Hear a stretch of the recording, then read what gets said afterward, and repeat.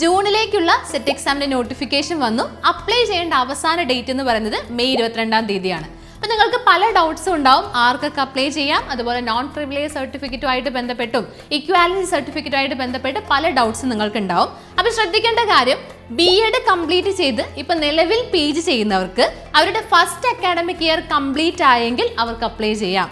അതുപോലെ തന്നെ PG complete ചെയ്ത് ഇപ്പോൾ നിലവിൽ BEd ചെയ്യുന്നവർക്ക് അവരുടെ ഫസ്റ്റ് അക്കാഡമിക് ഇയർ കംപ്ലീറ്റ് ആയെങ്കിൽ അവർക്കും അപ്ലൈ ചെയ്യാം. നിങ്ങൾ PG കംപ്ലീറ്റ് ചെയ്തത് ഡിസ്റ്റൻസ് ആയിട്ടാണെന്നുണ്ടെങ്കിൽ ഇക്വാലൻസി സർട്ടിഫിക്കറ്റ് വേണ്ട യൂണിവേഴ്സിറ്റീസിന് ഉറപ്പായിട്ടും ഇക്വാലൻസി സർട്ടിഫിക്കറ്റ് അത്യാവശ്യമാണ്.